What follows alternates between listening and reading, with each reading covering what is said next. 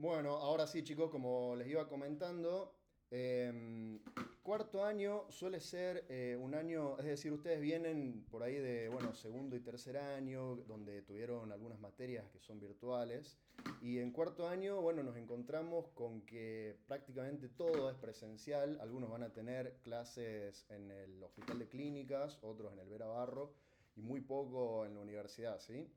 Em, la idea de estas clases es ir adaptándonos un poco a los horarios de cada uno, ir encontrando, ¿no?, ese hueco que tenga cada uno de ustedes, porque seguramente van a estar a mil.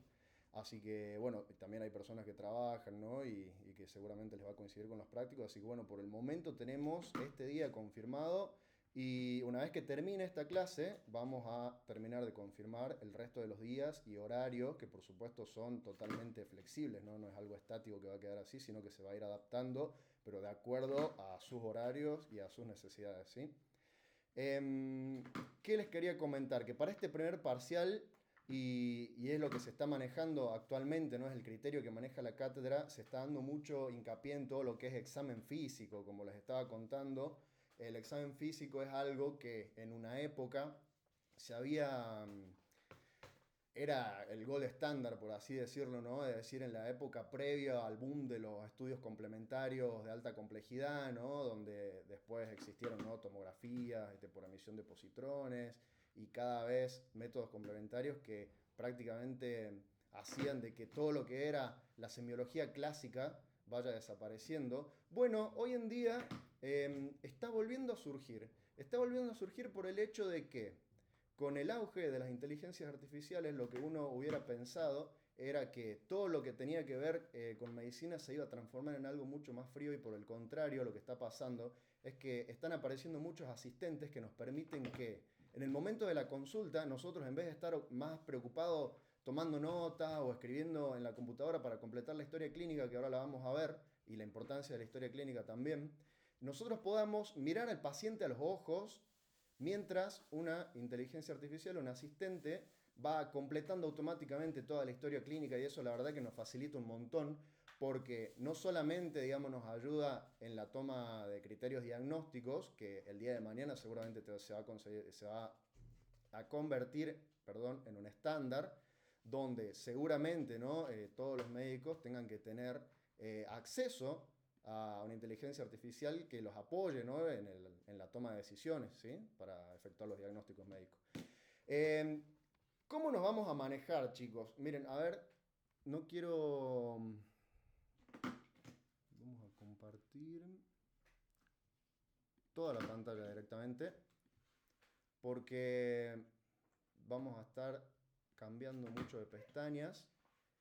Eh, Quiero mostrarles el cuaderno con el que nosotros vamos a trabajar, que es este cuaderno, ¿sí? Es decir, en este cuaderno, que era lo que yo les había comentado, cada uno de ustedes va a tener un tutor de inteligencia artificial donde ustedes le van a poder preguntar todas las dudas que quieran y les va a responder basándose en la literatura oficial. Nosotros, y lo que yo recomiendo siempre es que no estudien de apuntes, por favor. Es decir, el apunte por ahí se puede rebatir, porque uno dice, che, bueno, Ari, ¿de dónde sacó esta información? ¿Y es actualizada y es basada en consenso? Y seguramente sí, por supuesto, ¿no? Uno confía en los criterios por ahí de los chicos, etcétera, pero la verdad, la única verdad es que el único apunte que sirve es el apunte que ustedes hagan. Yo les voy a decir cuáles son los temas más preguntados, ustedes los van a ir marcando. Para estas clases necesitan tener, si están en la computadora, el bloc de nota abierto, y yo les recomiendo que tengan papel y lápiz, ¿sí?, puño y letra. Siempre es una técnica de aprendizaje que nos ayuda mucho más. Está comprobado, de hecho, ¿no?, de que escribir a puño y letra nos ayuda mucho más a memorizar. Así que les recomiendo que tengan en nuestras clases siempre algo a mano para escribir, ¿sí? Computadora o lápiz y papel.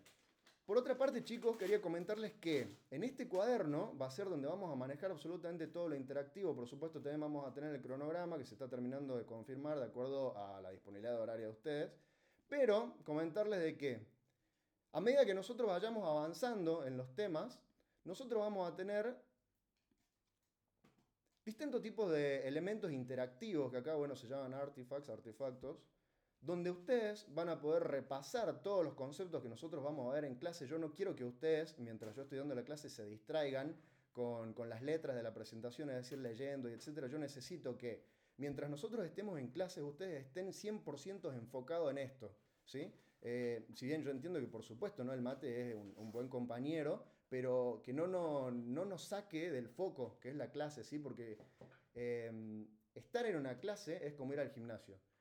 Yo necesito que ustedes tengan acá todos sus sentidos y sé que al principio también va a molestar un poco, ¿no? Como cuando uno va al gimnasio, pero esa molestia que a veces uno siente es el esfuerzo que uno tiene que hacer para que el conocimiento llegue. Cuando llega, la verdad que gratificante que es, ¿sí? Por una parte, comentarles de que tenemos, bueno, varias flashcards, bueno, en total 75, donde seguramente ustedes ya van a ir viendo que la mayoría de acá de las cosas son importantes, sin embargo, bueno, hay alguna que otra, ¿viste? Por ejemplo, que no digo que no lo sea, ¿no? Pero que no van a preguntar justamente el objetivo de estas clases, como en realidad tenemos tiempo, ¿no? Tenemos 2 meses hasta el primer parcial. De hecho, el año pasado estuvimos todavía mucho más jugados, ¿no? Porque tuvimos solamente un mes hasta el primer parcial y tuvimos que dar los temas más a las apuradas, pero yo creo que vamos a llegar bien para el primero. A lo que voy, acá van a tener todo el repaso, van a tener también cuestionarios, que ya los vamos a repasar también y vamos a hacer ejercicios prácticos. Cada uno lo va a tener a esto de manera individual, ¿no? Y nadie va a poder ver lo que cada uno responda, ¿sí? Porque cada uno lo tiene de manera individual y lo puede hacer una y mil veces de manera individual. Y bueno, por supuesto también infografía y etcétera, y demás elementos que yo voy a ir generando para que nosotros vayamos trabajando, ¿sí? A lo largo de la cursada. Quiero preguntarles ahora que, bueno, que ya tuvieron en la primera clase introductoria, no pudimos en realidad preguntar mucho sobre algunos conceptos, porque claro, no habían tenido todavía, pero yo quisiera repasar algunos con ustedes. ¿Alguno se acuerda qué es la semiología?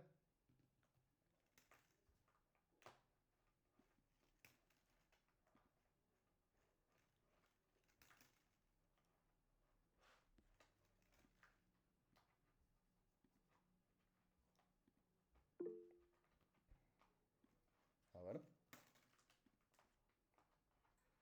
Mati, ¿sabes qué te quería preguntar? coméntenme. Ese cuaderno integrativo, Sí, dígame. ¿usted nos va a pasar él por email? ¿Cómo nos Ustedes, sí, sí, sí, así es, por eso justamente yo les pedí el mail por el chat para que ustedes me vayan dejando sus mails. Yo estaba terminando de configurarlo y ahora ya Ajá. está listo para que larguemos, así que ni bien termine la clase, yo les voy a dar acceso a cada uno de ustedes para que, bueno, ustedes lo trabajen así. ¿Te acordás qué es la semiología?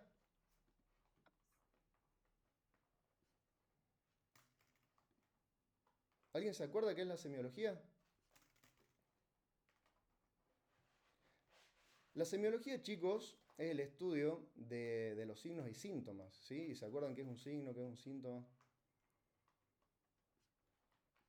¿Alguien que me quiera comentar?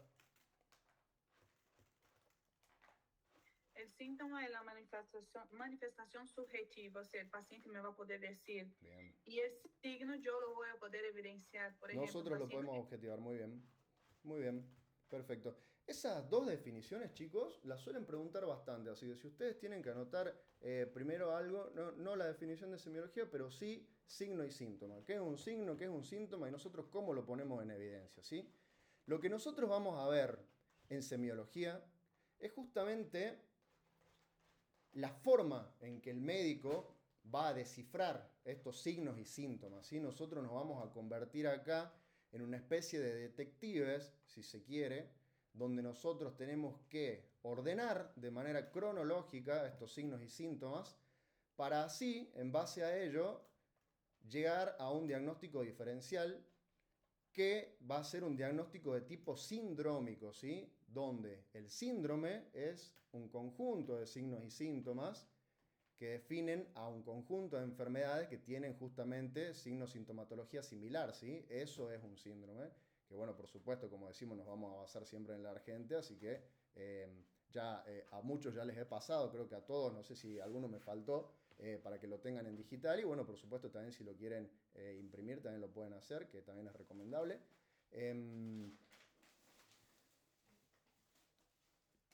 ¿Cuál es el concepto de historia clínica? Que es el lugar donde nosotros vamos a dejar asentado todo este arte, ¿no? De descifrar los signos y síntomas que tiene el paciente. La historia clínica está concebida como un documento médico, científico, legal, económico, humano, que vamos a hablar de cada uno de estos puntos. Ustedes tienen que definirla a la historia clínica, que esto de hecho sí es la forma en que inició mi examen final. A mí me han preguntado, de hecho al compañero al lado le han preguntado cuál es la estructura de la historia clínica, y luego a mí me preguntaron sobre el apartado específico sobre antecedentes patológicos, ¿sí? De la persona. Ahora, bueno, yo ya les puedo hablar un poco más así porque, bueno, sé de que han tenido un poco de introducción al tema, ¿no? Porque si no van a decir qué estructura, de qué me están hablando, no. Ya la vamos a ver bien de todas formas, ¿no? Porque acá no importa si ustedes en realidad ya la hicieron o no a la materia, sino que acá vamos a ver todo lo posible y priorizando lo que les había comentado a los chicos en la primera clase, high skills, ¿sí? Es decir, los temas más preguntados. Vamos a hacer un seguimiento de los temas más preguntados porque he visto de que, bueno, muchos chicos se habían quedado sin cupo, etcétera, y la verdad que no quería dejarlos solos. No quería dejarlos solos, así que bueno, surgió la oportunidad y bueno, dije que sí, pero nos vamos a enfocar más que nada, como les digo, en esos conocimientos esenciales que tienen que tener y que les va a servir para aprobar un final y por supuesto para pasar también los parciales, ¿sí? Decíamos que la historia clínica entonces es la narración ordenada de todos los hechos mórbidos que llevaron al paciente a la consulta y que tiene distintos componentes, el componente médico, científico, legal, económico y humano, ¿sí? ¿Por qué es un documento médico? Porque refiere todas las características de la enfermedad, hallazgos semiológicos y configuración de síndromes. Cada componente en particular no se lo van a preguntar, no quiero que se vuelvan locos anotando, yo les voy a decir qué es lo que tienen que anotar qué es un signo, tienen que anotar qué es un síntoma y tienen que anotar la estructura de la historia clínica que ya vamos a llegar, así que en esta parte solamente presten atención, ¿sí? Es un documento científico porque por supuesto todo lo que nosotros redactemos y anotemos en esta historia clínica sirve también para acrecentar la literatura científica y para que nosotros podamos comprender mejor las enfermedades, por supuesto que cada vez lo hacemos más. Y es un documento legal, como decíamos, bueno, esto está en el medio porque en esencia la historia clínica es un documento que ustedes tienen que concebir que va siempre escrito para el juez, ¿sí?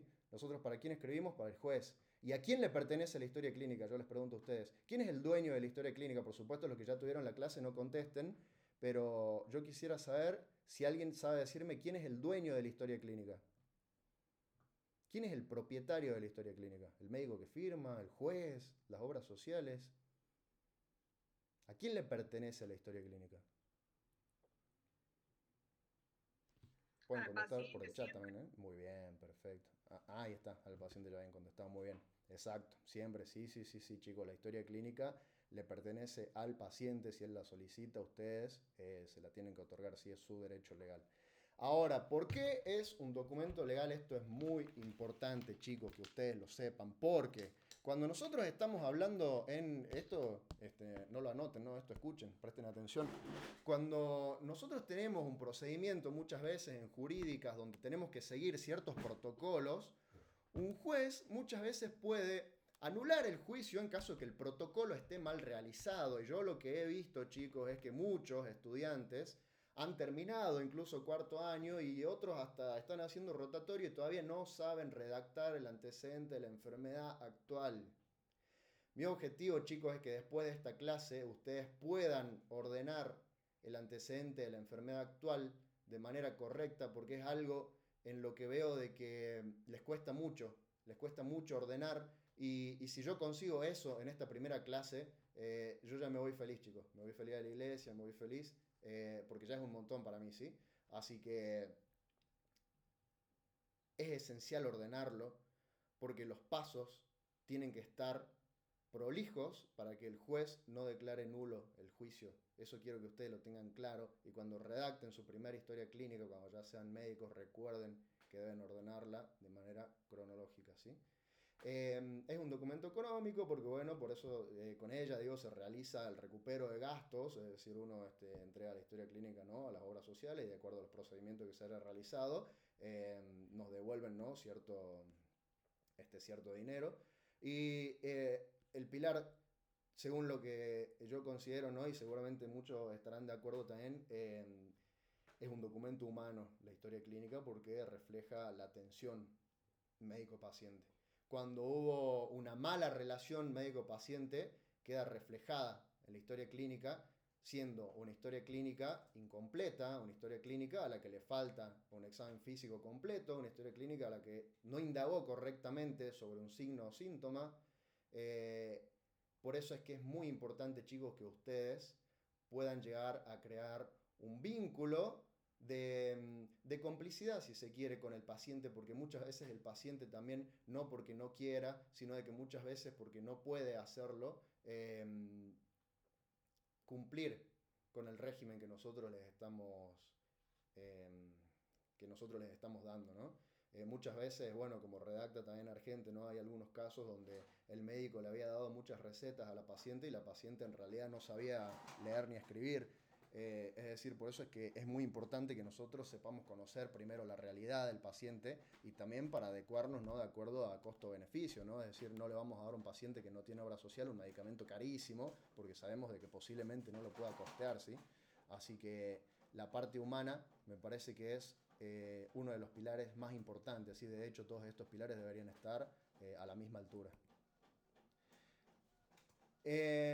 Por supuesto, chicos, ustedes en la historia clínica tienen lo que se llama un secreto profesional, ¿sí?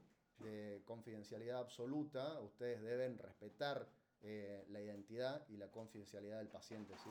Todo lo que ustedes encuentren en un consultorio, por eso es que de hecho justamente las teleconsultas no quedan grabadas, porque es algo que es solamente el encuentro médico-paciente. ¿Sí? El único registro que nosotros tenemos es la historia clínica.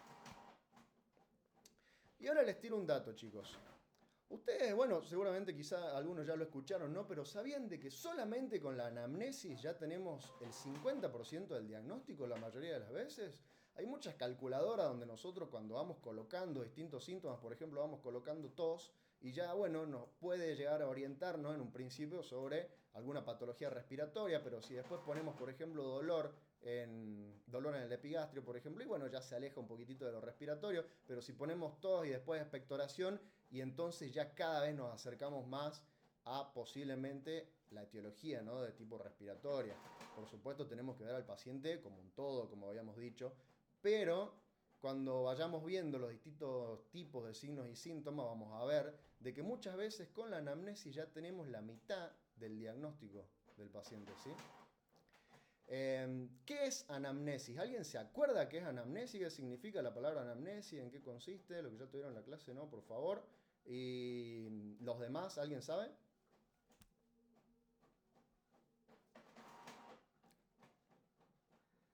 Es el conjunto de preguntas que se le hace al paciente con el fin de diagnosticarlo. Sí, sí, sí. Bien, sí, pero la definición correcta es, ustedes recuerdan, digamos, la etimología, es decir, el origen de las palabras, ¿no? En realidad, quiero que ustedes recuerden de que, bueno, tenemos una palabra que por ahí es muy común y ustedes la reconocen, que es amnesia, ¿no? Amnesia es la falta de memoria. Porque en ese punto la palabra tiene el prefijo a, que es sin, Imnesia, que es memoria, ¿sí? Bueno, acá también tenemos, de nuevo, el sufijo amnesia que aparece, ¿no? Después de un prefijo ana. Y acá, entonces, hacemos referencia a memoria. Y ana significa, viene del griego, en realidad, que después, bueno, pasó al latín, pero a lo que hoy, que es lo importante, es que la palabra en conjunto significa rememorar hacia el pasado, recordar el pasado. Entonces, nosotros mediante las preguntas de la anamnesis, lo que queremos es que el paciente rememore cómo fue que empezó su signo sintomatología para que nosotros podamos llegar al diagnóstico correcto, ¿sí? Eso es la anamnesis, eso no les van a preguntar, es necesario que ustedes lo sepan para que podamos seguir avanzando, ¿sí? Bueno, Argente habla un poquitito, ¿no? Sobre el riesgo moderno, ¿no? De que muchas veces vivimos en una vorágine, ¿no? De todo inmediato, todo rápido, y por ahí nos olvidamos, ¿no? De preguntar y de darle ese primer minuto al paciente. Vamos a desglosar algunas de las preguntas más importantes que tenemos que hacer cuando nosotros nos acercamos al paciente, nuestro primer acercamiento, que eso lo tienen que llevar siempre. El primer minuto dicen que es muchas veces donde sale ese 50% del diagnóstico. Porque si uno, muchas veces no, uno tiene, ¿no?, la mala costumbre de interrumpir al paciente dentro del primer minuto y creer de que somos periodistas. El médico no es un periodista, chicos. Ustedes no pueden decir, ay, ¿cómo fue el dolor? ¿Y dónde empezó? ¿Y cuándo? ¿Y a dónde se irradia? Porque están bombardeando a preguntas a un paciente que por ahí, bueno, él quería explicarles bien cómo empezó y ustedes se enfocaron de lleno en uno de los síntomas y se fueron derechos a semiografiarlo y después por eso es que no terminan bien redactados los antecedentes de enfermedad actual porque se terminan haciendo un lío en el medio. Así que es muy importante que ustedes sean ordenados y sean respetuosos, ¿sí?, con los pacientes. Bueno, esto es un poco lo que habíamos hablado, ¿no? Más medicina no es mejor medicina. La tecnología sí complementa, pero no reemplaza la semiología narrativa. Y la empatía no es un adorno humanístico, sino que es una poderosa herramienta y cada vez lo será más con el predominio de lo artificial. Cada vez se está migrando más, ¿no?, hacia un médico que pueda comprender las emociones de su paciente y entender las realidades de ese paciente, ¿sí? Y por supuesto brindar una terapéutica adecuada, ¿no? ¿Cuáles son las etapas de esta entrevista médica? El inicio de la entrevista médica, el inicio de la historia clínica, dicen que inicia con un apretón de manos, ¿no?, que es el sello de confianza, y además nosotros en el simple apretón de manos podemos ver si el paciente, bueno, tiene un buen tono, una buena fuerza, si el paciente, por el contrario, ¿no?, está por ahí un poco desganado, lo miramos a la cara, vemos cómo tiene los ojos, si está angustiado. Nosotros podemos evaluar muchísimo con un solo apretón de manos. Pero ahora yo les pregunto algo, chicos.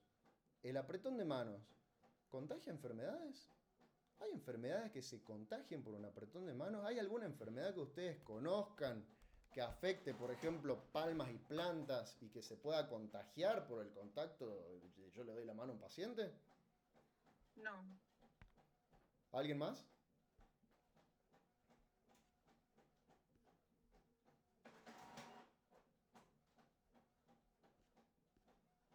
Bueno, está bien, está perfecto. En realidad, lo que pasa es que la mano, nosotros al darle la mano al paciente estamos recibiendo alrededor de 125 millones de bacterias, dicen, ¿no? ¿Qué es lo que pasa?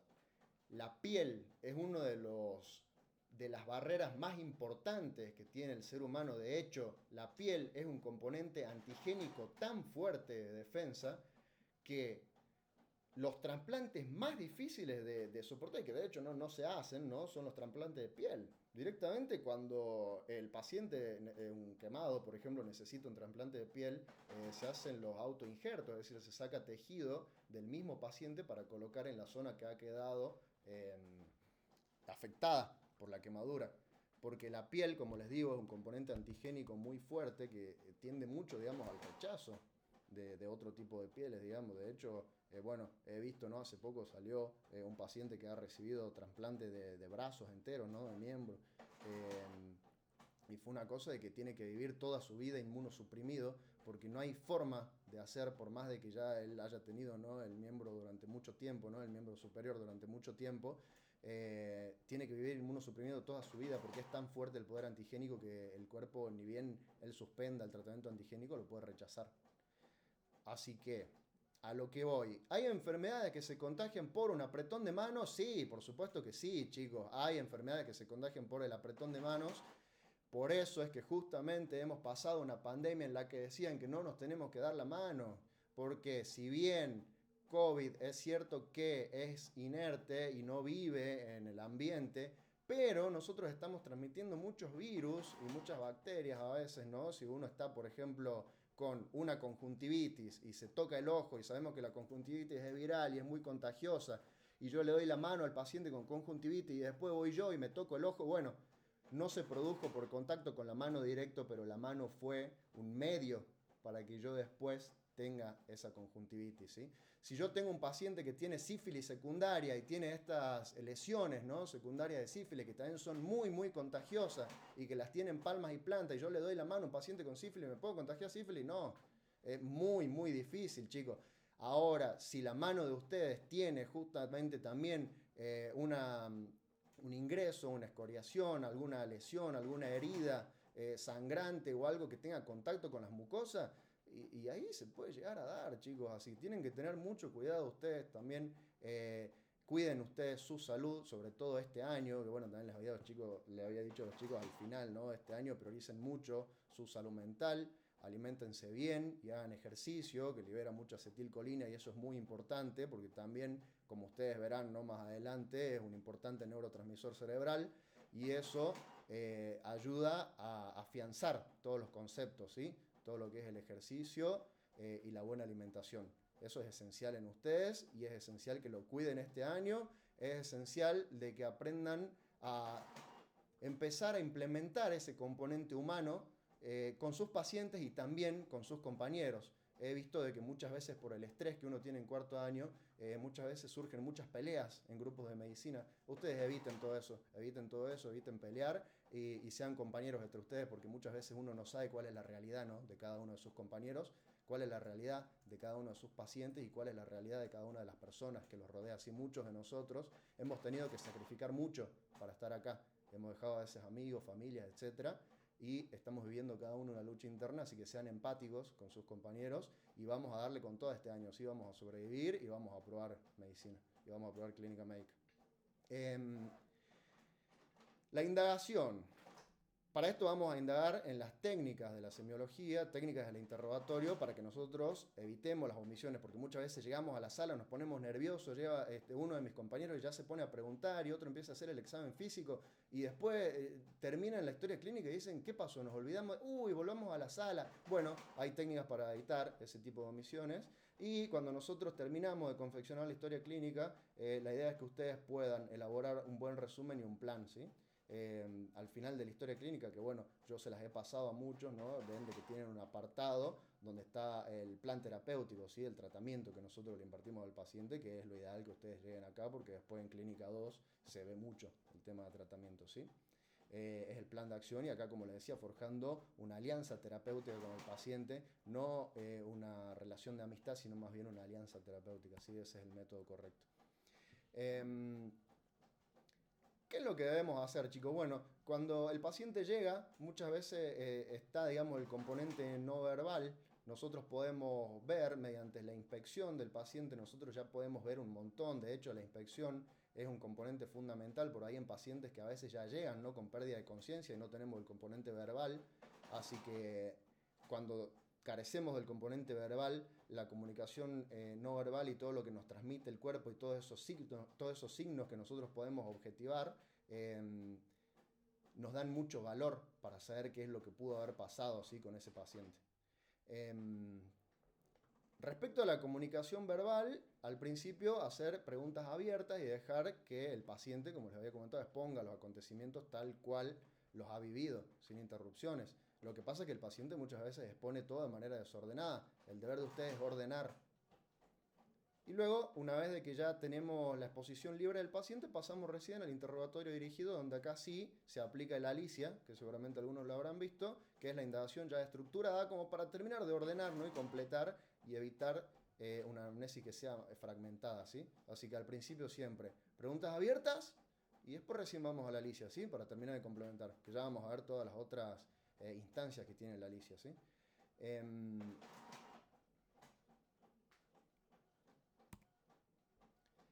Esta estructura, chicos, es la que ustedes sí tienen que saber, esto es lo que sí tienen que anotar y si bien la clase va a quedar grabada, lo mismo ustedes tienen que saber esta estructura. Porque esto es súper pregunta de examen. Muchas veces un examen empieza así y si el alumno no sabe la estructura de la historia clínica se va y no llega a rendir endocrino, y no llega a rendir cardio y no le llegan a preguntar neuro porque no sabe lo básico, que es la estructura de la historia clínica. Y muchas veces he escuchado chicos que por ahí hablaban muy lindo sobre insuficiencia renal, pero no sabían qué era oliguria, por ejemplo. O que hablaban muy lindo, por ejemplo, sobre tuberculosis, pero no sabían qué era fiebre. Es increíble eso de que muchas veces sabemos muchas cosas complejas y nos olvidamos por ahí de lo más simple. Así que bueno, la idea de esta preparatoria es ir de lo general y que por eso es que vamos a agarrar el argente para después ir metiéndonos cada vez más finos, ¿sí? En lo particular. Nosotros usando el canon no vamos a tener, no vamos a tener, digamos, ningún inconveniente en el sentido de diferencia de criterios. Si bien después, como les había comentado también en la primera clase, que muchos no estuvieron, van a ver de que muchos médicos tienen diferencias de criterios, pero que ya vamos a ver bien cuáles son, cosa que si les toca rendir con alguno de ellos, nosotros lo vamos a repasar bien. Pero el canon es el que manda todo y es lo que ustedes tienen que saber. La historia clínica empieza con la anamnesis, que recuerden es rememorar hacia el pasado todos los hechos mórbidos que lo llevaron y que desarrollaron su enfermedad. Sigue con el examen físico y cuando nosotros tenemos anamnesis y examen físico, con esto ya completamos el 80% de la historia clínica. Miren qué importante que es. Luego el resumen semiológico, que también ya lo vamos a ver. Los diagnósticos, donde nosotros acá no hacemos diagnósticos definitivos, sino que hacemos diagnósticos sindrómicos para después llegar a un diagnóstico definitivo en base a los estudios complementarios y demás. Evolución diaria, porque estamos viendo historia clínica de internación, ¿sí? Después hay otra ambulatoria que no la preguntan, así que no los voy a confundir. Vamos a ver historia clínica de internación, donde el paciente va evolucionando. Por ejemplo, ingresó el día tanto con fiebre, con dolor de cabeza, etcétera. Se le instauró tal plan de acción. Al día 2 la temperatura sí fue de tanto, se anotan todos los datos mensurables, el dolor ahora migró hacia fosa ilíaca derecha, es decir, nosotros vamos anotando absolutamente todo lo que vaya pasando con la evolución del paciente, ¿sí? Y por último, la epicrisis, que es el momento cúlmine, que es donde se consigna todos los eventos que han sucedido en la historia clínica, ¿sí? Y que puede terminar en 2 puntos que ya lo vamos a ver también, que es el alta del paciente o el óbito o fallecimiento, ¿sí? A su vez, anamnesis, el punto número 1, engloba subpuntos, ¿sí? Que son los datos personales del paciente y el motivo de consulta del paciente. Che, yo como no veo el relojito, dícenme, ¿no? Cuando ya estemos pronto a cortar. Los datos personales del paciente incluyen nombre, edad, nacional, ocupación, domicilio, donde cada uno es muy importante, pero lo que preguntan siempre acá es cuál de los datos de identificación civil es más importante, y esta la contesto yo, chicos, es el DNI. Porque muchas veces pueden tener dos personas, por supuesto, nombres iguales y quizá también la misma edad y bueno, y la misma nacionalidad, porque los dos son de Argentina y quizá también se ocupen a lo mismo porque los dos sean estudiantes y tienen un domicilio similar, pero el DNI, chicos, el DNI es lo que diferencia, ¿no? Una persona y que está, ¿no? En el Registro Nacional de Personas, RENAPER, donde cada uno tiene un DNI único, excepto bueno, algunos mayores de edad que tenían algún tipo de confusión, ¿no? Con libretas de enrolamiento y etcétera, pero que eso cada vez pasa menos. El DNI es la pregunta de examen que a veces hacen los profesores. ¿Qué es lo que pasa? ¿Por qué es importante por ahí el apartado de datos personales? Porque cada uno de estos, como ya leerán, nos orienta hacia distintos tipos de patologías. Por ejemplo, una persona, ¿no? Que es de nacionalidad africana, ¿no? O afrodescendiente, nosotros podemos pensar en algunos tipos de patología, o personas, por ejemplo, de acá del norte de Argentina o que vienen de alguna región, ¿no? Del Amazonas de Brasil, que tienen también prevalencia por ahí de otro tipo de enfermedades. O algunas razas étnicas, ¿no? Como habíamos visto también al principio, las personas que si bien científicamente ya no se usan algunos términos, pero lo suelen preguntar en clínica médica, qué tipo de razas conocen, ¿no? Existe la raza moreno racial, el blanco racial o caucásico, y también, bueno, algunas patologías vinculadas al trabajo, ¿no? Como que se mencionan la neumoconiosis, que yo les pregunto, chicos, acá, ya que estamos, no queriendo irme mucho, pero ¿ustedes saben qué es lo que causa las enfermedades? Parece una pregunta tonta, pero muchas veces algunos no lo saben contestar, ¿no? Bueno, acá la respuesta es muy simple, porque algunos dicen, che, bueno, el paciente me vino con una neumoconiosis y que da síntomas respiratorios. Y la neumoconiosis, ¿ustedes se acuerdan por qué microorganismo es producida? ¿Por una bacteria, un virus, un parásito, un hongo?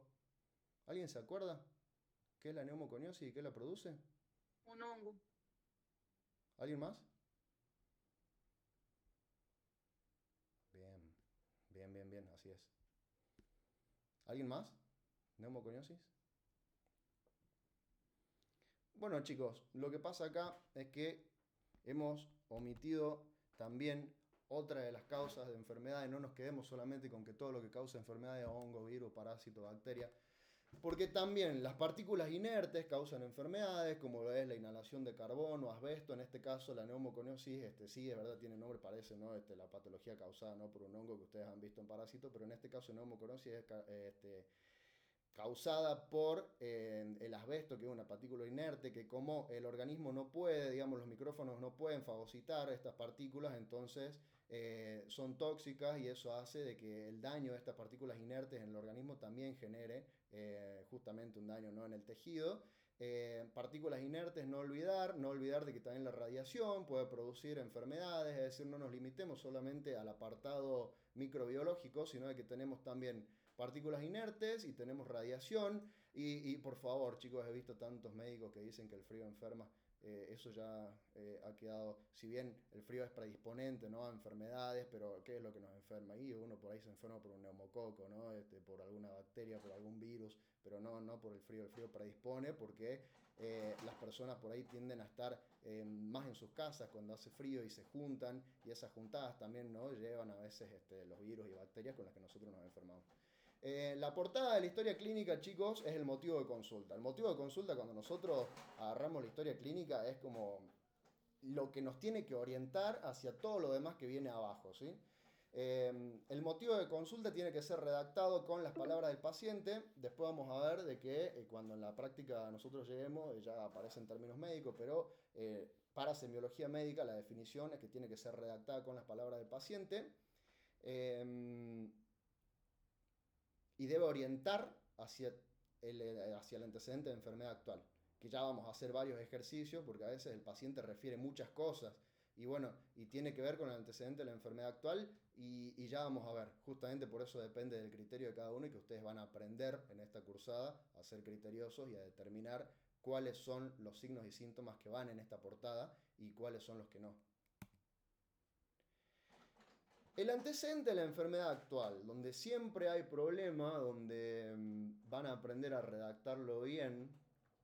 Esta es la narración cronológica y ordenada de todos los hechos mórbidos que lo llevaron a la enfermedad, ¿sí? La redacción precisa y cronológica, el registro exacto, desde las primeras manifestaciones del padecimiento hacia la consulta actual.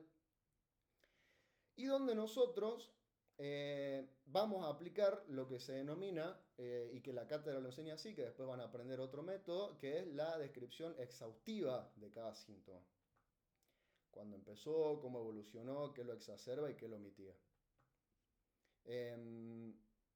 La idea es no limitarnos, esto todo es de Argente, ¿no? Yo, como les digo, no me baso en apunte, no limitarnos solo a los signos y síntomas en el antecedente de la enfermedad actual, sino que incluir también médicos que intervinieron, las medidas diagnósticas instrumentadas y tratamientos previos, justamente para evitar repetir procedimientos innecesarios y documentando una posible iatrogenia. Es decir, si el paciente ya se hizo un ATAC hace 3 días y no es una patología en la que nosotros tengamos que volver a repetir sí o sí, nosotros si tenemos el criterio de hacerlo, bueno, por supuesto sí lo haremos, pero en caso de que no sea necesario, chicos, ¿para qué vamos a volver a irradiar al paciente? ¿Sí? Muchas veces el exceso de procedimientos innecesarios y el sobrediagnóstico con el que llegan los pacientes es mucho, y también es mucho gasto para la parte de salud pública, ¿sí? Así que también tenemos que ser criteriosos en ese sentido. La parte de antecedentes personales se divide a su vez en fisiológicos y patológicos, y esto es lo que sí preguntan también, bueno, a mí en particular me han preguntado, ¿no?, los patológicos. Tienen que saber que como antecedente fisiológico en la historia clínica se debe consignar bueno, el nacimiento, cómo fue el crecimiento y la maduración, porque muchas veces algunos pacientes que, por ejemplo, nacieron prematuros tienen algunas alteraciones también en el desarrollo, algunos pacientes han tenido quizá algunas alteraciones en la nutrición, que después repercuten, ¿no?, en el peso o en la talla. Y respecto también a la maduración, que esto tiene más que ver con los hitos que fue alcanzando, ¿no? Es decir, el paciente cuando está, digamos, en la etapa de maduración, para no irme mucho, ¿no?, es decir, tiene que ir consiguiendo ciertas características que muchas veces algunos no lo consiguen, ¿no?, y que quizás lo consiguen después. Por ejemplo, el habla, cuando empezó a hablar, o por ejemplo, ¿no?, ya hablando un poquitito más de adolescentes, ¿no?, la menarca, cuando fue, que acá, bueno, justo está mencionada, el ritmo menstrual también en la parte ginecológica, si tuvo embarazos o partos. Los embarazos en la historia clínica se deben consignar como gestas, ¿sí? Y los partos se deben consignar como paras, ¿sí? Es decir, si una persona tuvo 2 embarazos, pero solamente uno llegó a término y el otro finalizó en aborto, entonces esa persona tuvo 2 gestas y una para, ¿sí? Respecto a los antecedentes patológicos. Argente lo redacta así, ¿no? De que muchos pacientes tienen una tendencia natural a olvidar hechos negativos, lo que exige una anamnesis repetida y cuidadosa. En realidad, si ustedes le dan ese primer minuto al paciente para que él exponga libremente todo lo que pasa, seguramente lo hará, para evitar también lo que se dice y que se conoce como el síndrome del picaporte. Muchas veces cuando uno interrumpe mucho al paciente, el paciente quiere desglosar todo y no puede, y cuando se está yendo, dice, doctor, y me olvidé que tengo tal cosa. Y muchas veces eso ya nos cambia todo el diagnóstico y nos orienta hacia lo que él de verdad quería decir. Para evitar ese síndrome del picaporte, nosotros tenemos que darle tiempo al paciente para que se exprese, ¿sí? En antecedentes patológicos tenemos enfermedades de la infancia, que ya las van a ver bien a todas, enfermedades clínicas, indagar bien por aparatos y sistemas, ya lo vamos a ver bien también, y antecedentes alérgicos, quirúrgicos y traumáticos. Respecto a antecedentes alérgicos, acá solamente aclararles que es mejor de que ustedes pequen por repetidores y no que pequen por omisores. ¿A qué me refiero? Siempre que el paciente les diga que tiene alergia a algo, lo ponen en el apartado de antecedentes alérgicos y lo colocan también en el header, que es el encabezado de la historia clínica, y lo resaltan y lo ponen con color, porque es muy importante que ustedes repitan el antecedente alérgico, que esté en personales patológicos y que esté también en la portada de la historia clínica. No va a pasar nada si ustedes repiten cosas en la historia clínica, sí va a pasar si ustedes omiten algo importante en la historia clínica. Todo lo que ustedes no consignen en la historia clínica, el juez da por hecho que no pasó o que está normal. Entonces, todo signo, todo síntoma que nosotros no pongamos, algún apartado del examen físico que nosotros no hayamos realizado y que no lo pongamos, justamente se da por hecho de que no se realizó o que el paciente no presentó alteración en ese órgano o sistema.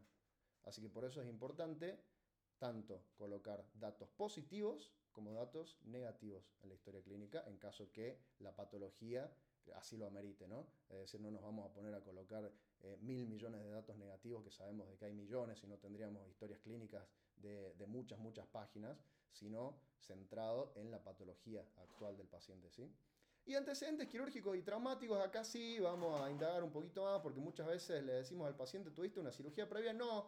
¿Y cómo nacieron tus hijos? Nacieron por cesárea. Bueno, la cesárea es una cirugía. Entonces acá sí tienen que indagar ustedes un poquito más, ¿no?, en antecedentes quirúrgicos.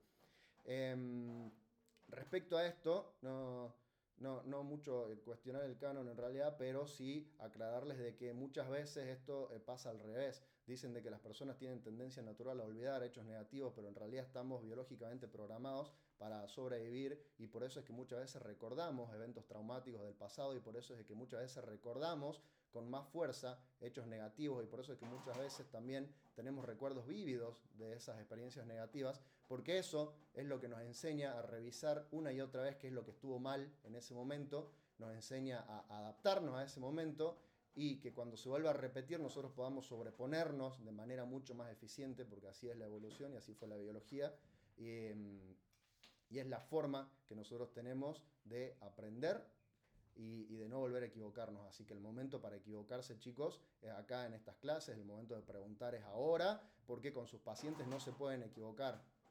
No está mal, chicos, acá presten atención, no está mal que ustedes digan no sé. No está mal que ustedes pregunten. Como habíamos dicho en la primera clase, el niño que pregunta es inteligente. Todos dicen, che, qué inteligente tu chango, mirá cómo habla, cómo pregunta las cosas que se plantea, qué capo. Y después, cuando llega a la adolescencia, por algún motivo, el hábito de preguntar se va perdiendo. Y cuando uno es adulto, dan por hecho de que el adulto tiene que saber todo, y no es así, chicos. Es imposible saberlo todo, por más que queramos, por más que nos esforcemos. Es muy importante que ustedes sepan decir no sé, es muy importante que ustedes tengan también, por supuesto, ¿no?, para protegerse también ustedes mismos, ¿no? Decir no sé y decir esto cuando el paciente les diga, ¿y qué tengo, doctor? Y si ustedes no lo saben, y si ustedes tiran un diagnóstico incorrecto, den por hecho que el paciente no va a volver nunca más. Y si ustedes no saben, prefieran que ustedes contesten de la siguiente forma. Vamos a descartar primero las patologías urgentes, y en base a lo que nos den los estudios complementarios, vamos a determinar cuál es la conducta que vamos a seguir, ¿sí? Esa es la respuesta que ustedes tienen que dar cuando ustedes no sepan no decir así, ¿no? A secas, no sé, sino vamos a indagar, vamos a descartar primero las red flags, que es lo que siempre se usa ahora en semiología, en medicina, que es lo que van a ver, que son todas las banderas rojas, son los signos de alarma. Siempre vamos a descartar lo urgente y siempre que ustedes le receten algo a un paciente, siempre le tienen que dar los respectivos signos de alarma o red flag de cada cosa que ustedes receten. Porque cada fármaco que ustedes van a recetar tiene un apartado de reacciones adversas y ustedes tienen que conocerlos a todos para saber decirle al paciente, si sentís A o B, venís urgente a verme. Antecedentes personales del medio y hábitos. Antecedentes del medio, acá seguimos con anamnesis, ¿no? Seguimos con anamnesis con el 50%. Antecedentes del medio, lugar de nacimiento, residencia. Esto nos orienta, ¿no?, hacia ciertas patologías geográficas, como dijimos, ¿no? Por ahí el norte de Argentina no es lo mismo que zonas donde se realizan, por ejemplo, ¿no?, las faenas clandestinas y etcétera. Cómo es su casa, habitación, cómo es su escolaridad. Esto es importante para saber nosotros también en qué términos expresarnos con el paciente. Con el paciente no usamos términos médicos, con el paciente usamos términos cotidianos. Y cuál es la ocupación, ¿no? Como decíamos, bueno, acá el caso de la neumoconosis producida por partículas inertes. Indagar el núcleo familiar, y bueno, esto ya no se hace en Argentina, pero bueno, en caso que lo haya realizado, ¿no?, en otro país, también indagar nos orienta, ¿no?, hacia también otro tipo de patologías. Y el núcleo familiar, por lo general, siempre se pregunta hasta 2 generaciones, es decir, lo elaboramos a padres y abuelos. Respecto a los hábitos, acá cuando lo consignamos en la historia clínica usamos el léxico académico de manera obligatoria. La alimentación, qué tipo de alimentación tiene el paciente, si es variada, ponemos mixta. Intolerancias alimentarias, esto es re importante preguntarlo y es re importante poner qué intolerancia alimentaria tiene. La catarsis, acá en catarsis intestinal tenemos, bueno, el estreñimiento, que es en menos, y la diarrea, donde tenemos evacuaciones en más. Tenemos la melena, que es la coloración negruzca de la materia fecal, la acolia, que es la falta de coloración de la materia fecal, enterorragia, que es el sangrado rectal bien distal, digamos, ¿no?, por ruptura de las hemorroides. Ahora bien, ¿cuál es el hábito intestinal normal del paciente? En realidad, el hábito intestinal normal del paciente muchas veces depende de cada individualidad. Para un paciente puede ser normal tener una catarsis de 2 veces a la semana y para él estar perfecto. Y para otro paciente puede ser normal tener una catarsis de 2 veces al día y puede ser normal. ¿Y cuándo es alterado? Cuando ese paciente que tenía una catarsis de 2 veces al día ahora tiene 2 veces a la semana. Entonces ahí ya estaríamos hablando de que hubo un enlentecimiento, ¿no?, en el ritmo de evacuación, y podríamos estar hablando, ¿no?, de un estreñimiento. Es decir, este paciente iba 2 veces al baño por día y pasó a ir a 2 veces por semana. Y ahora, cuando está aumentada la frecuencia de evacuación y el contenido se vuelve más líquido, ahí sí, bueno, estamos hablando de diarrea, de que, bueno, el libro lo define, ¿no?, como más de 3, 4 evacuaciones diarias, ¿no?, y de contenido más líquido. Melena es, como habíamos dicho, una coloración negruzca de las heces que se produce por sangrado por encima del ángulo de Treitz. Sangrado digestivo alto sería. Bueno, la colia, que era lo que habíamos dicho, ¿no?, falta de coloración, que muchas veces se debe a que hubo una obstrucción en la eliminación del pigmento biliar y por eso es que no tiene la coloración, ¿no?, que es justamente la bilia la que da el color. Respecto al hábito diurético del paciente, consignar si es que tiene poliuria, oliguria, anuria, polaquiuria, nicturia, disuria o hematuria, donde disuria es el ardor al orinar, que muchas veces nos puede orientar hacia, por ejemplo, una cistitis, ¿no? Nicturia, donde es la evacuación diurética por la noche. Anuria, donde menos de 50 mililitros. Oliguria, menos de 500. Poliuria, aumento en la frecuencia. Polaquiuria, más de 3.000 mililitros o 3 litros. Todas las definiciones están y ya se las voy a pasar a todas. Ahora es solamente escuchar y repasar un poco todo lo que es diuresis. Lo tienen que dejar consignado y cuando pongan la diuresis ponen también cuántos mililitros orina. Respecto al sueño, este apartado se consigna como somnia, ¿sí? Si el paciente duerme, por ejemplo, 8 horas en la noche, nosotros ponemos somnia de 8 horas de predominio nocturno. Y si también duerme en el día, y bueno, y también agregamos 2 horas de predominio diurno. Así se agrega el apartado de sueño en la historia clínica. Y por supuesto, bueno, también tóxicos en caso de que consuma algún tipo de droga. Sí, de droga, no vamos a decir ilícita porque en realidad todas las drogas son malas. Y bueno, por supuesto también indagar en los hábitos sexuales, ¿sí? Em, Respecto a los antecedentes hereditarios, era lo que decíamos, porque es importante poner hasta 2 generaciones, porque esto cuando está tachado quiere decir de que el familiar ha fallecido, porque hay muchas patologías, como bueno, acá se puede ver en el ejemplo, ¿no? La diabetes mellitus, que por ahí se saltea una generación y que después se expresa no en los hijos, sino en los nietos, ¿sí? Y después otras enfermedades que se pueden transmitir, ¿no? Ya de manera directa, ¿no? De padres a hijos, como lo es la gota. Em, Muchas veces, muchos pacientes, esto se usa más en los pacientes pediátricos, ¿no? Esto no lo van a preguntar, esto no lo anoten, pero sepan de que muchas veces hay pacientes de que desconocen sus abuelos, algunos también desconocen qué es la vida de sus padres, etcétera, pero esto sí nos puede orientar hacia patologías hereditarias, ¿sí?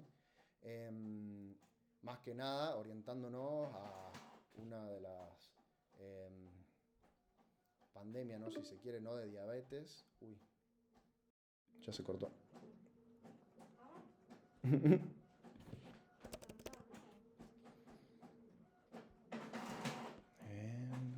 reunión. Crear una para ahora.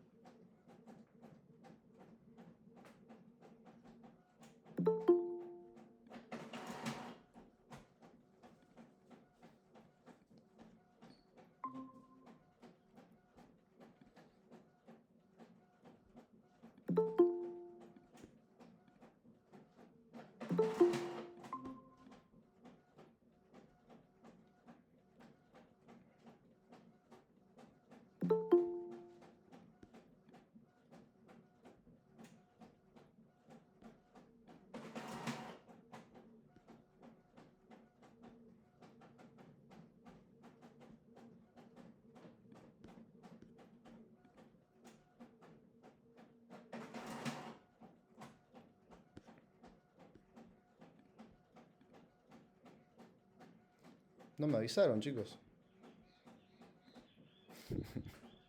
Se me pasó volando.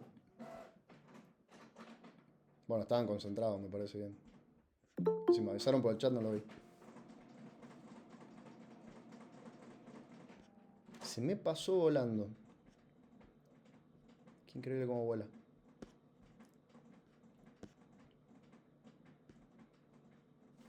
A ver si entra alguien más.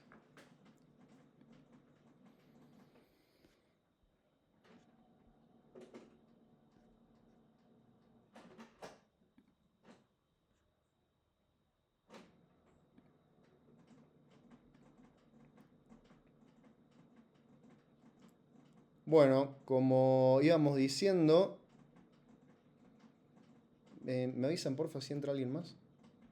Como íbamos diciendo, chicos, esto nos orienta, bueno, nos puede orientar hacia enfermedades metabólicas, como lo es la diabetes, obesidad. No, vamos a subir todo a YouTube. Todo a YouTube privado y ahí van a tener acceso las personas que me pasen el mail.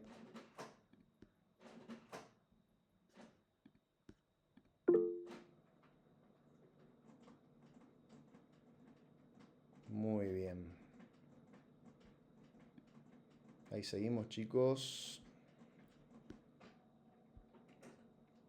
Nos orienta también, bueno, no, esto por supuesto, hacia patologías neoplásicas y cardiovasculares, aterosclerosis, hipertensión, ¿no? Que son patologías que tienen un fuerte componente hereditario. Y bueno, también enfermedades del colágeno y algunas enfermedades alérgicas. Ahora bien, chicos, después de todo lo que es la anamnesis, que era lo que habíamos visto, que es el punto número 1 de la historia clínica, de la estructura de la historia clínica. Luego de la anamnesis, ¿dónde está la estructura? Luego de la anamnesis, chicos, que es el punto número 1, viene el examen físico. Es decir, todo lo que estuvimos hablando durante la primera hora de clases es solo anamnesis, y ahora vamos a lo que se van a enfocar mucho en este primer parcial de clínica médica y en el resto de toda la cursada de clínica médica, que es el examen físico, chicos, ¿sí? Que es lo básico que ustedes tienen que saber. Primero, los pasos. ¿Cuáles son los pasos del examen físico? Es la inspección, que es mirar al paciente; la palpación, nosotros vamos a tocar al paciente; la percusión, donde nosotros ponemos en vibración los cuerpos elásticos; y la auscultación, que es escuchar los sonidos del paciente, que ya los vamos a ver, por supuesto, en cada una de las patologías, tanto digestiva como cardíaca, como respiratorio, todo lo que vamos a escuchar.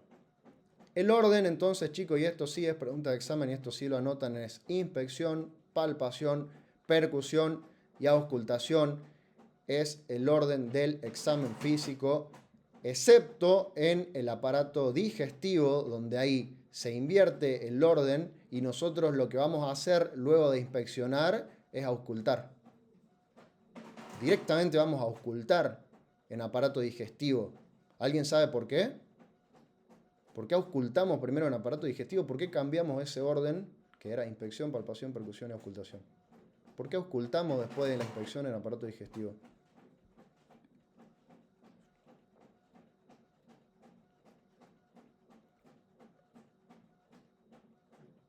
Muy bien, nosotros auscultamos en aparato digestivo para no modificar los ruidos hidroaéreos, ¿sí?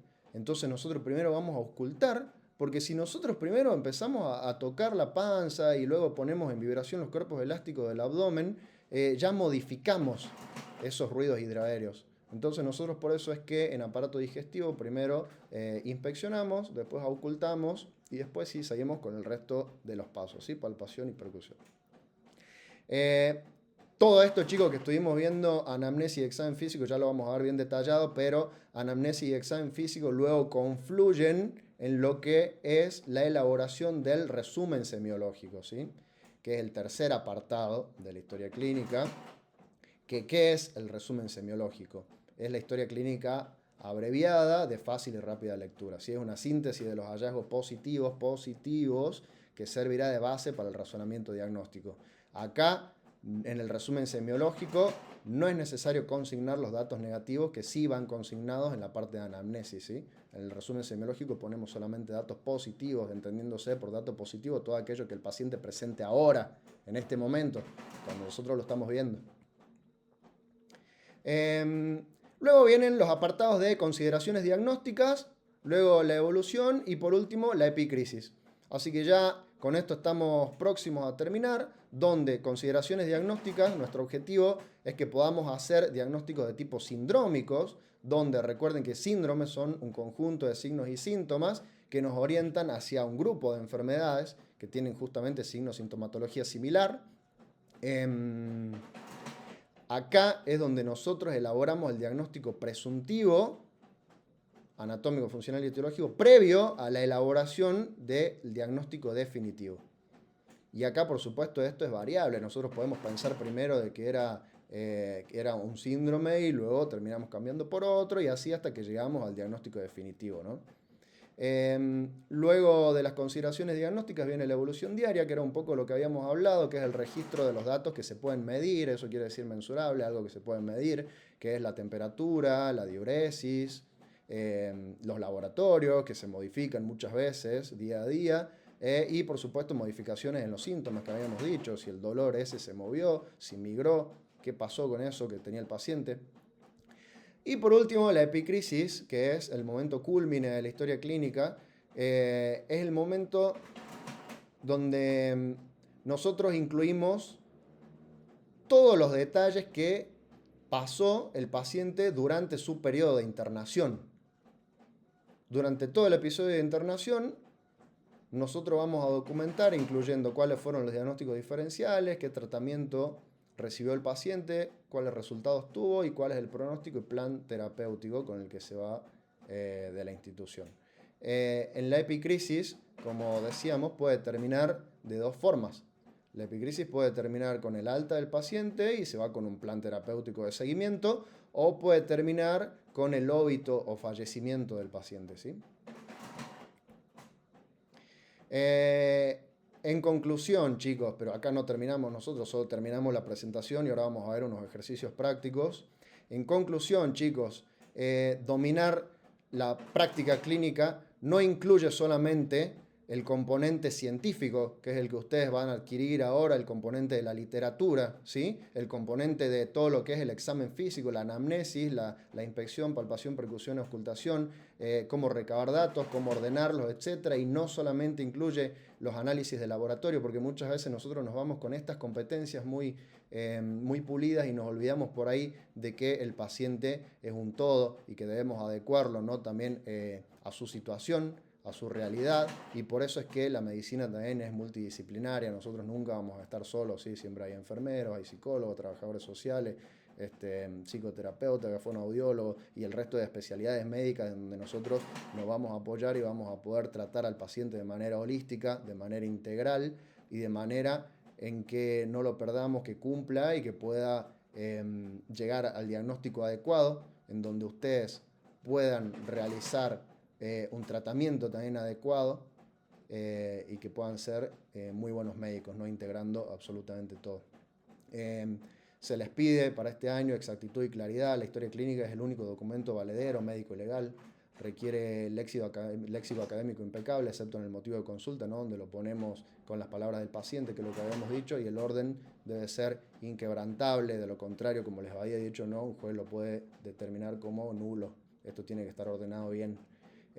Y la historia clínica también quiero que sepan que es un instrumento dinámico, es decir, no es algo que quedó ahí guardado, inmortalizado, no, es algo que se actualiza todo el tiempo. De hecho, ahora cuando ustedes ven una historia clínica actual del paciente, ya son todas electrónicas, el paciente va consultando a lo largo de su vida por múltiples signos, sintomatologías, ¿sí? Y nosotros vamos a ver de que ese paciente a lo largo de su vida va a ir evolucionando todo el tiempo. La historia clínica es un documento dinámico, ¿sí? La excelencia médica, chicos, entonces requiere dominar la rígida semiotecnia del documento legal sin perder jamás la capacidad de interpretar la narrativa del ser humano que la padece. Esa es la última diapositiva. Si bien en la primera clase quizás habíamos hablado también un poco de algunas otras cuestiones, pero bueno, van a ver, ¿no?, de que también cada clase es única. Esta sí va a quedar grabada, así que no van a tener problemas.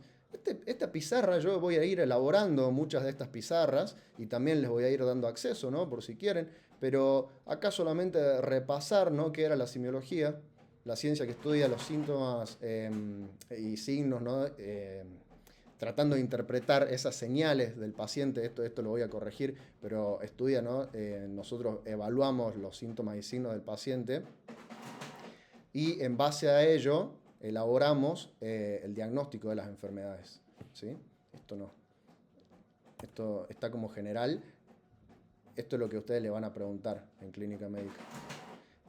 Respecto acá, bueno, justamente había agregado, ¿no?, un apartado para la parte de raza, donde les pueden llegar a preguntar, ¿no?, que cuáles son las razas. Esto en realidad a nivel científico está en desuso, pero sepan de que el apartado ese lo deben consignar como caucásico, es más aceptado de hecho, y cuando son de raza moreno racial se los suele documentar como afrodescendientes. Bueno, ¿por qué? Porque es importante entender de que en personas, por ejemplo, afrodescendientes, ellos tienen por lo general tendencia a la hipercoagulabilidad sanguínea, ¿sí?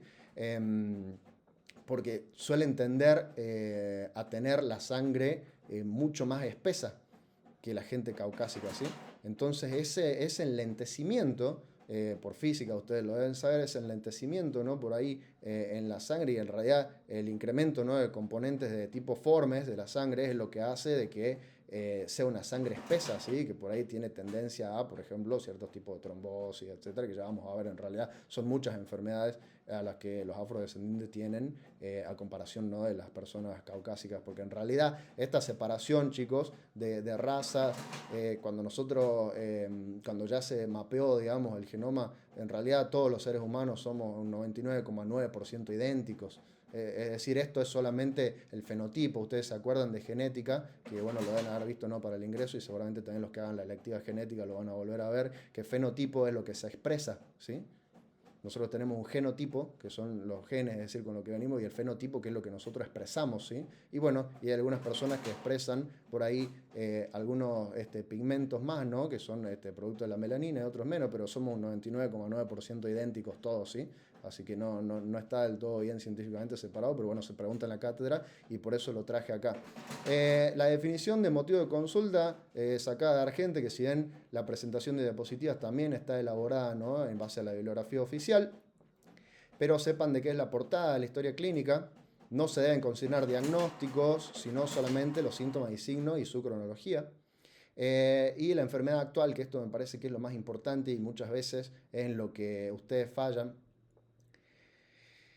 Y decirles que, bueno, acá la definición de signo y síntoma, y decirles que la forma de iniciar la conversación con el paciente debe ser mediante preguntas generales, y después recién nos vamos a la LICIA, que la LICIA era el acrónimo de antigüedad, localización, irradiación, carácter, intensidad, síntomas acompañantes. Yo necesito...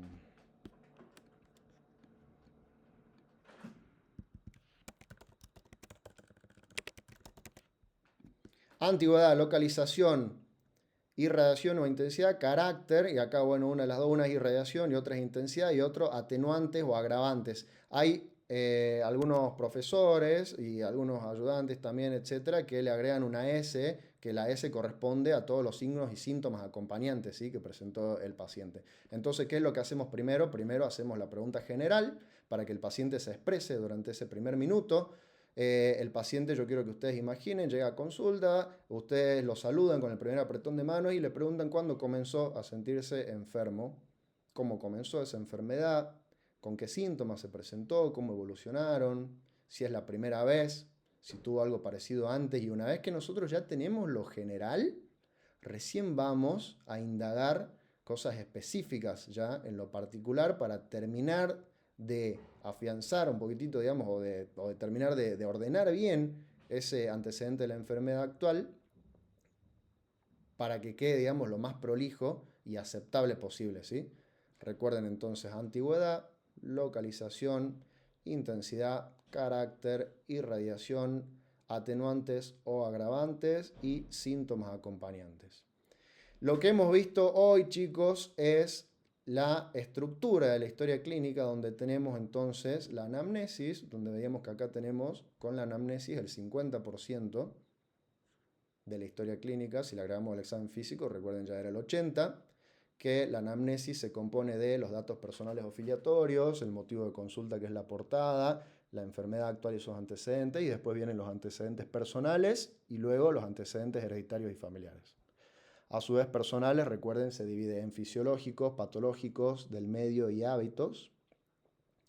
Luego del examen físico, recuerden el resumen semiológico, donde se deben consignar todos los hallazgos positivos.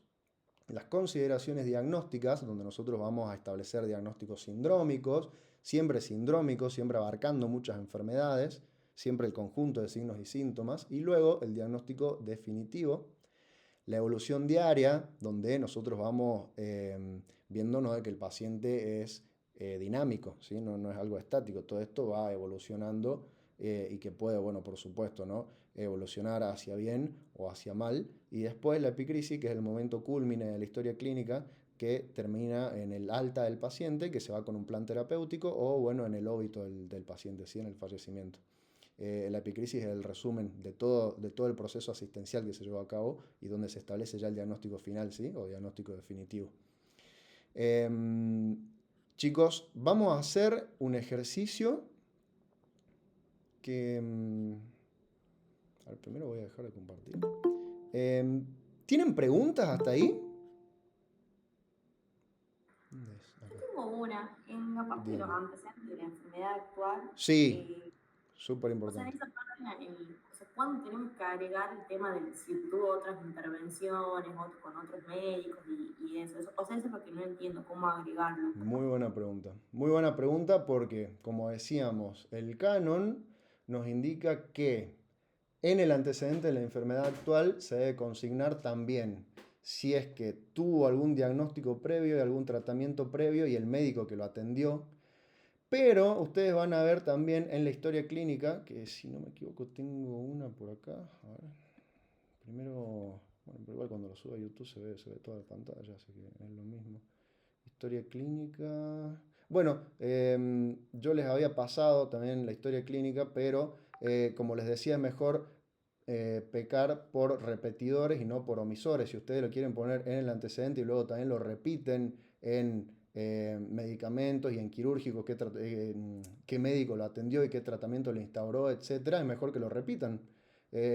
Siempre mejor repetir y no omitir. Ahora bien, ustedes van a ver que cada uno de sus JTPs puede tener criterios distintos al canon, que es el Argente, ¿sí? Entonces, ustedes van a tener que adaptarse a ese canon. Yo, como decía acá, les voy a enseñar qué es lo oficial, qué es lo que está, de hecho, ¿no?